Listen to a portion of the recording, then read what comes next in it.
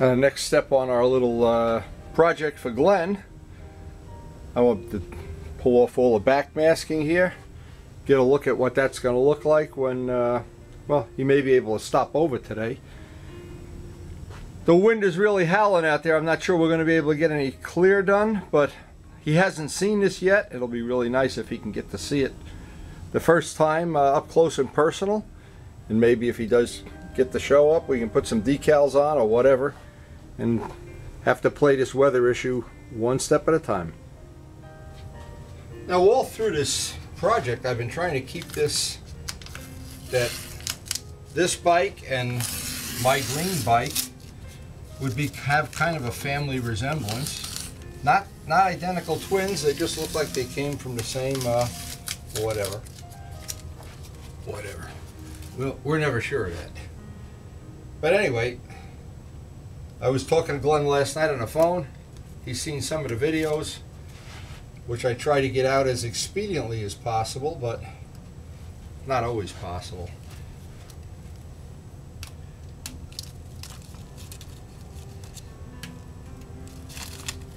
But we always look forward to this moment of truth, the moment of truth.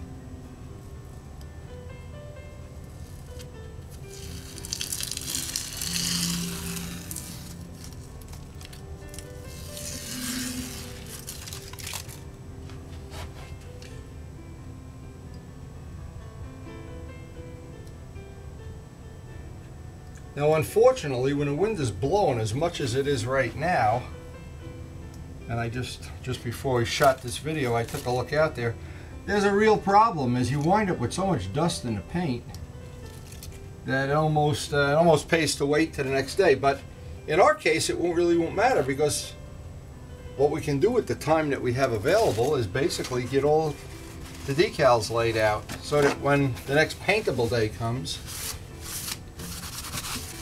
I'll show this real good tip. This is a tip using an airbrush all the time. Let me show this. From time to time, yeah, and because the wind is blowing when we did this, there's a little bit of overspray here.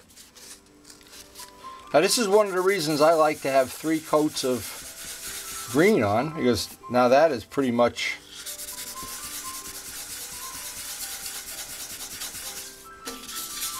there's a little spot up here. Let me focus on this. You don't want to use rough sandpaper. This is 2500. All this is doing is like erasing this tiny bit of overspray. And here's the one thing to never ever do, is try to sand this little edge. If you sand this, it mutes that edge. You can hit that with a credit card, and most of the times it just pays to just leave it alone. Bury it clear. But now if we were at the point where we only had 1 coat of green on this, or a very tiny amount of green, we might sand through and have to touch this up. Because we have a lot of extra green on here, it really makes the green pop. It makes it deep.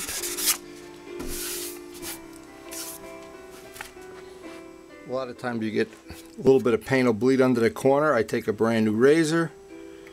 Now if I happen to go through, I'll just take a little tiny brush, in which case I got to retouch that green up there with just 1 drop of green.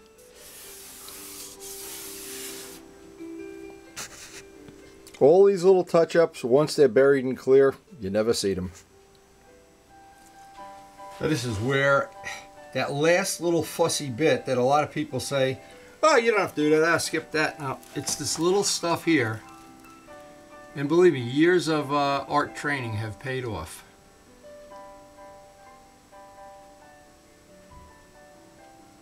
There really was a time in my youth that I was quite a little artist, but and did go to art school, but not lately.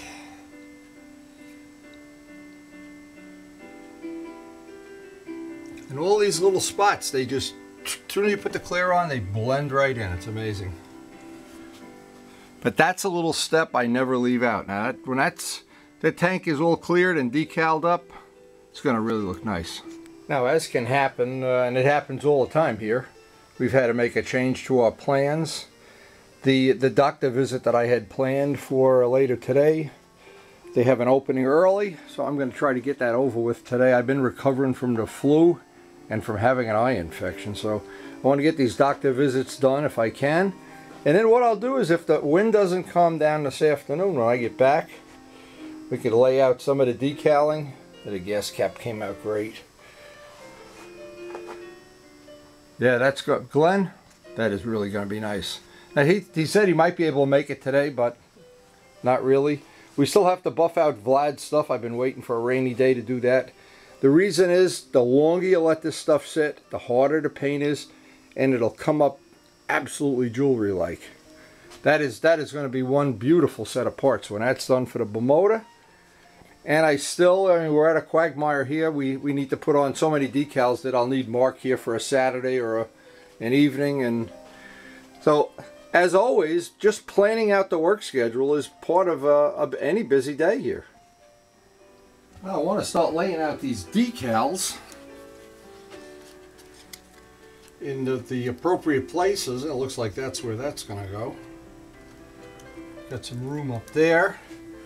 We've got an even bigger Kawasaki here, and I don't know if that's going to be... Oh no, that fits nice. Oh, Glenn, you lucky dog. That fits real nice. We used the big one. So what we're going to do, as I start to lay these out, the first thing is, I've got to turn this over. Because what'll happen, a decal this big, if there's a little speck in the paint that's just not right, it'll be a little imperfection in the decal. So you want to take some 25, I'll take some 2000, it doesn't even matter. Just some smooth sandpaper just to smooth this out.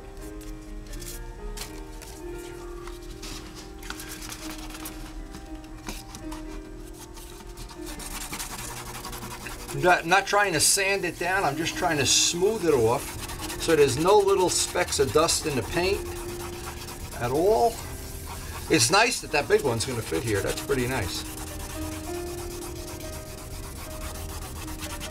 And pretty much these are the twins to the decals. Actually, when John Pathia made these decals up, he made extras, and we never know exactly what we're going to use them for. It's always with the idea, if you damage the paint or damage the bike, you have the decals that match. Get a little bit more on that, in fact. I get to be a little fussy about this because every once in a while you put a decal on and there's a little speck of dirt under the decal, and then when you go to sand to clear, it pops up. Nothing good can happen. This ensures, or really stacks the deck in your favor, that you're not going to have that problem. Now, the other thing with these decals, let me find here it is right here. I got this product, Microsol, which I've used when a decal, they use this in model railroading, so when a decal can go over the rivets and over the door handles and everything. On a flat spot like this, you almost don't need it. Not really, I don't think. Let me just make sure. See, it's great that John made these extra decals. Wow. I want to make sure I got this trimmed up. I know I can trim some more of this off. Just makes it a little bit easier. You want to leave about a 32nd of an inch. Otherwise the water gets, these are water soluble decals, the water gets under there. Now Joe Roselli has made some decals. Turbo Steve, John Pathia has made the lion's share of them. And I appreciate that everybody's contributing something, but this is a key part of us being able to do this work. Now I'm going to just set this in the water, let it sit. While it's sitting in there, I wanted to do one of these in real time. Then the rest of them we can kind of slip over. I don't think this is really necessary because we're on a flat spot. But if we had a bend around curves or something, these decals tend to be really stiff unless you use this product. And you can buy this in any hobby shop that sells model railroad supplies. Now the decal, as it comes out, you can see what it wants to do. It has a curve to it. I want to curve it the opposite way while it's still attached to the paper. The bigger the decal is, the more important this is to do this step, because I don't want the edges curling up when I put this on. And it's almost like this decal was made for this place. This is it. Well, pretty much it's not that different than my Kawasaki is. So let's see if this is ready. Yeah, it is.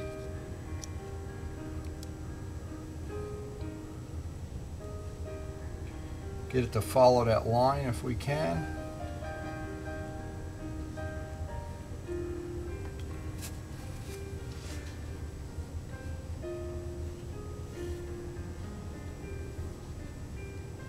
Now as I say that, now I'll take some clean Q-tips.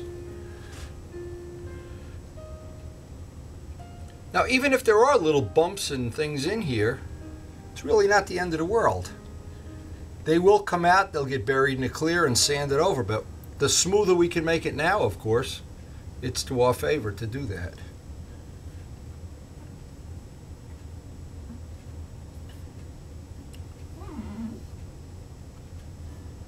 And the trick is, a lot of these decals are not available out on the internet anymore.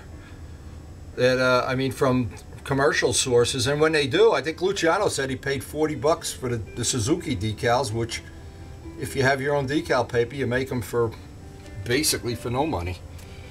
Okay, now that's got to sit there. In fact, what I'm going to do is one more little thing. Just blot up the extra water, and for the next 4 or 5 minutes, just starting at the middle and working toward the edge, get out any air bubbles that are in there.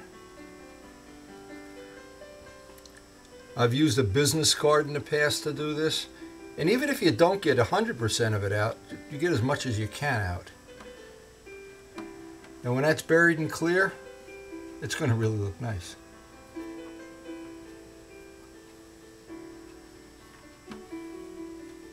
Now, I don't know if I'm going to be able to focus in on this enough. I just take an ordinary business card and starting at one end or the middle, I want to work it like a sunburst.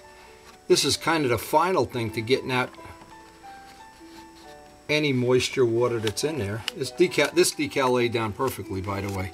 A lot of times what'll happen is the edge will want to pull up, and what you have to do, I call it, like I call a lot of things around here because I'm a babysitter, I call it babysitting.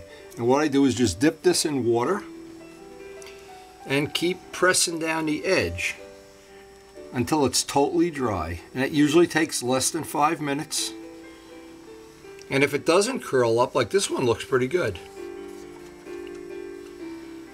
But what this absolutely allows you to do is get a really nice flat decal that should take a minimum amount of clear to bury and get smooth.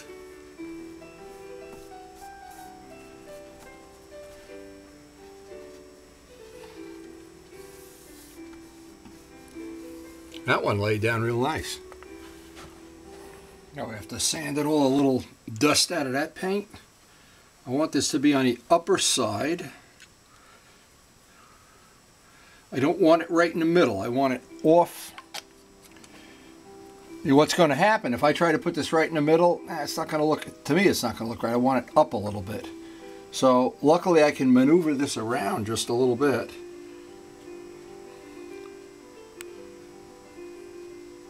We'll make it parallel to that. There we go. Kind of parallel to the Kawasaki word. Up just a little bit. Maybe we can still move it. Down just a little bit. I think it looks the best when it's going to be, both of these are going to be parallel. Yeah, and it's a little off center. That's perfect. Make it go up just a little bit more. See, a sticker, once you put a sticker on, good luck pulling it up. Okay, so now we got the same thing we had, basically just to babysit this. We've got the position pretty close to what we want. And what I can do is just put a little bit of this on. I don't know why. These are flat surfaces, you really don't need this, but I'll just add it to Glenn's bill. Anyway, this is, I have used it for model trains, of course, but And it does work perfectly, but it's just a thing I don't think you need it. And this gets out the extra water.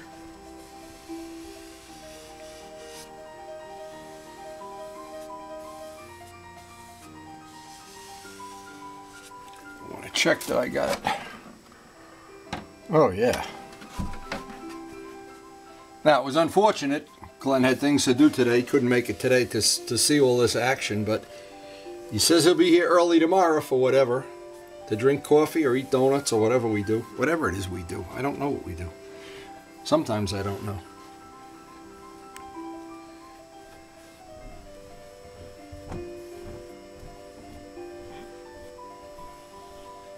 Okay. Now the idea of this is going to be, just double check in my mind that I'm not, I wanted it to have that factory look of the old H1 racers. And I think, but I'm not sure, I'm going to think about this. I was thinking about these numbers of not putting them under the clear. The reason is, if Glenn wants to make this into a street bike, I'm not sure you want to ride around with numbers. You're really asking for a ticket then. I don't know. But, and I'm not sure the clear would stick to these vinyl numbers, but certainly he could put them on after the clear is on, and I think that'll be the better choice of two. Now I'm just wondering, I want to get this angle that it all comes to a point. I want to get this, there we go. And this would be an appropriate spot that motorcycles of this era used to have there. Who was riding them? I did enough of them to know.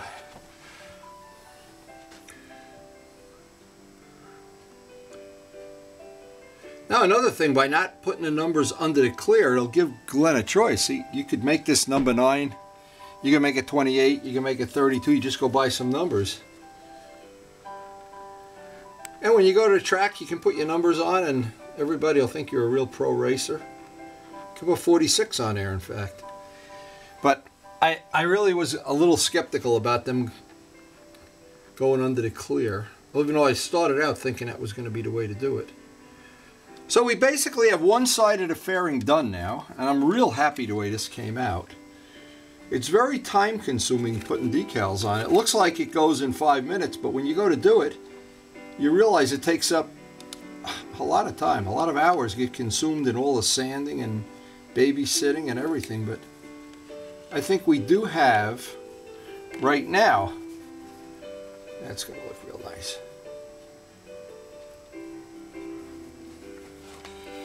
And that's going to be, I hope, let's just take a nice look at it. Yeah, I'm happy with that. Now I'll just do the other side off camera and can move on to the next part.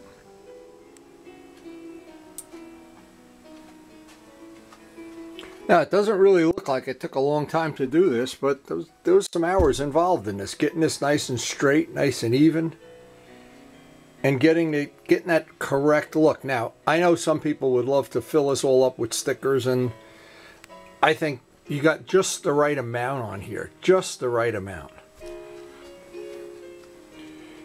You know, and to keep this looking like this era of a race bike, especially the Kawasaki's, I think this really hit a home run.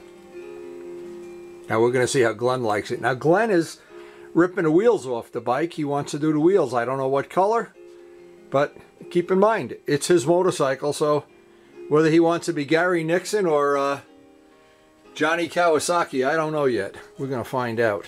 But you can see we're getting a lot of practice because we got a lot more stuff to put on Mark's Honda. He's going to load this thing up with wallpaper, so I think that's really going to look nice, Glenn. Now what I did with this part, after giving it a lot of thought, I was going to use I don't want to, I got to leave room for the numbers here. I wanted to put something out at the end here, and after I looked at all the choices we had, I thought this would look the most appropriate. And it's a decal we don't have on anywhere else on the bike. So I just need to figure out if I want it down at the body. I do. Down corner, sort of at the bottom.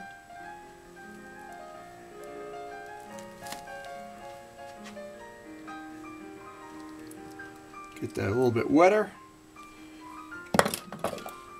Now it's a little thing like this that somewhere down the road may or may not add to the bike or make it look a little nicer than it would. It adds something. But I know if I just leave it with nothing here, just the numbers, it's going to look, I'm not sure.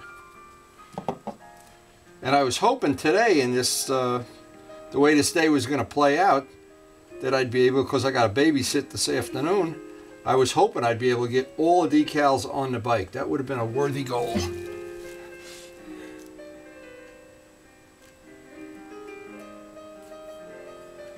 And it looks like that may happen.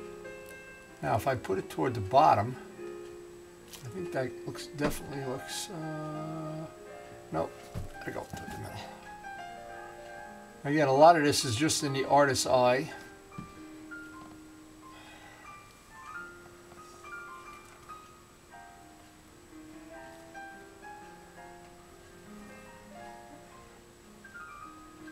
And if you go back and look at, and I used to have a lot of books that had these old race bikes in them. I think Ray has them now. Most of them, of course, are TZs, but some of the Kawasaki's, they really had a unique look to them. And I hope we've captured that. And it wasn't too busy, but it always had the green, the white, and what I asked Glenn to think about is maybe doing gold wheels, because that's what most of the bikes of this era had. Those magnesium goldish kind of wheels. We'll find out. Since it's his bike, he gets the final vote. Just like Karen gets the final vote about just about everything around here. Thank God she does. Or we'll be eating sardines. Alright, it looks like we are going to have enough time to get, before the baby gets here, we're going to have enough time to do this, so.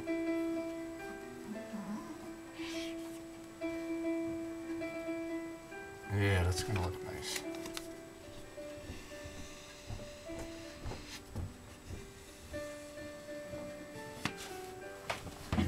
There you go. Yeah, I really think putting these on top of the clear is going to be the answer, not underneath. Even if you put them parallel to the, it's just enough room. Boy, that worked out perfect. Whether you do them staggered or you do them, I would stagger them that way if it was my bike. Took a lot of figuring out, Glenn, but I think that's the that's going to be what floats the boat here. We'll find out when you get here tomorrow. Now what I did, I tried to be pretty creative. These are extra decals that John Pothia made up. But for this bike, we want to have a 500. So what I did, I took the 500 and married two of them together. I'm going to see if I can lay this out in such a way that get it close that it looks like we have a special decal for that. Now what John also did, because the R's sometimes don't come out bright, see this one has no outline, I can double decal that if I need to, and it looks like I'll have just enough extra decals to cut the 5-0 off one, cut the OR, and that would give us our decal. Very creative. I know you're so creative. I'm just trying to lay out a spot here where I would like to have it. I'll sand that out, lay it out. You could either put it there or I could put it on a fairing. I'm not sure. I'll have to think about it. Yeah, it could go in either spot, would be fine. Now I'm not sure if I'm going to like this, but we're playing with the house's money. I'm playing with the house's decals here. I used a piece of tape to kind of use it to help align this, since we're doing it in two pieces. I didn't know what this was going to look like until I laid it out, but since we already have the decals,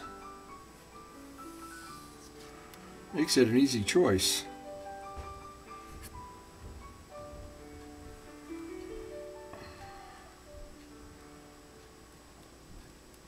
Now sometimes when you go to lay something like this out in two pieces, it's really difficult to get it so you can't tell it's two pieces.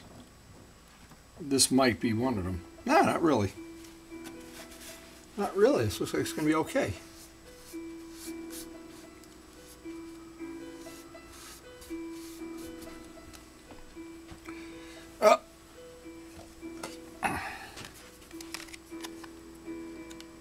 And when you're squeegeeing them, the idea is not to move them either, of course.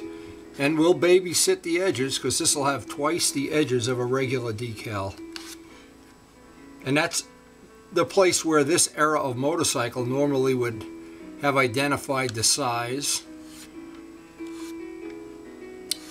Again, it's a fantasy bike that the factory never made, but maybe they should have. And anybody that's never ridden one of these little Kawasaki's, they are really great handling bikes. This is for all purposes just like an RD. If you like the way an RD handles, this has the same feel. Maybe a little more power, but what I'm saying is if Glenn and I went for a ride on the two Kawasaki's or the RD and these two Kawasaki's, we'd just be having fun. I know it. And that's going to require a little more than average babysitting, but I think it'll be worth it. I think it's going to look nice. And again, if we don't like it, pretty easy to sand it off.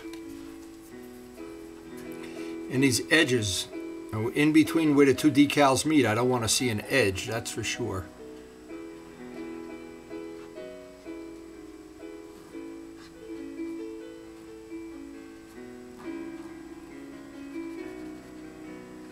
Yeah, that one right there is going to need a little babysitting right there, but we'll just keep after it. That actually worked out pretty good. You don't almost never know that it wasn't a real decal, and that we made it from pieces of the leftover decals for my bike. Wow, that's pretty surprising that that worked out as well as it did. So the next step is I'll chop a couple more of these up and make the decal for the other side, but I think that worked out pretty good, I have to admit. I'm sure Glenn is impressed, as he should be.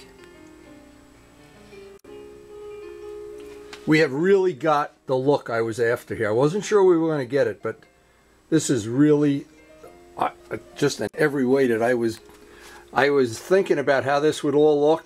I think we really, one of those few times in my life we've got it right. Now we're basically just waiting for all decals to dry up. That usually takes about 15-20 minutes. Everything else is drying up here. I really like the way that custom one-of-a-kind made from spare decals. I like the way that extends the back end, leaves room for the number plate. Like the way the fairing came out. This fairing has a really nice look from a lot of angles. Now, it's going to be our lucky day if the wind would calm down just enough that I could get a coat of clear or two on this. But I'm not going to hold my breath because that wind is really blowing out there. And we can't use this camera, the wind mic. It sounds like you're inside a wind tunnel until we can, until we can figure out a solution, which nobody seems to have for this wind noise.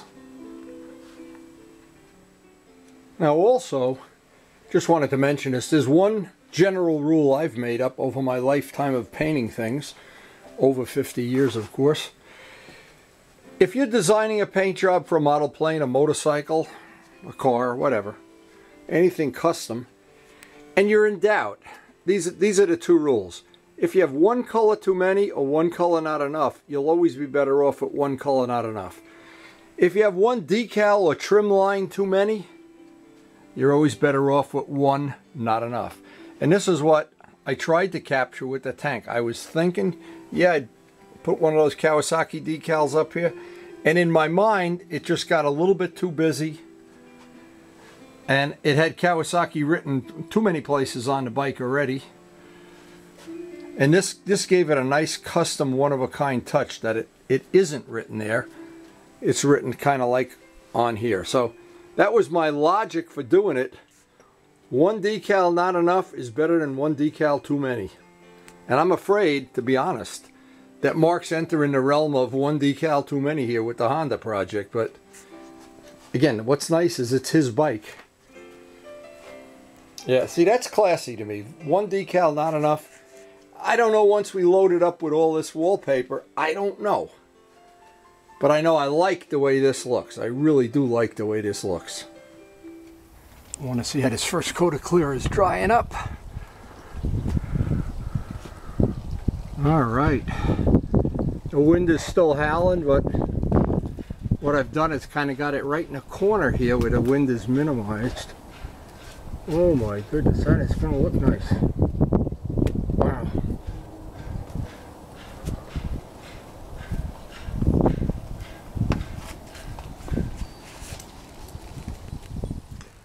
Now, I really take some pride in being able to work under battle conditions with the wind blowing out there.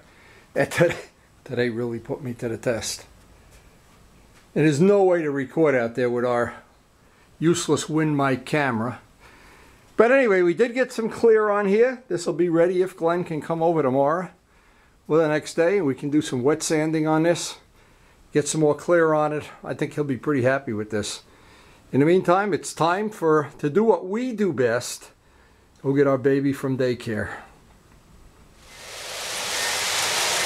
What are you doing, Miles? Taking more cars out? We don't have enough toys here. We need more toys. What do you got? What do you want to play with? Hot Wheels? Uh-oh, Volcano Mountain. I knew it. I knew it. I knew it. You definitely need more toys here. It's terrible to be a child without toys. What are you going to do? Build me another layout? Yes, a life of no toys.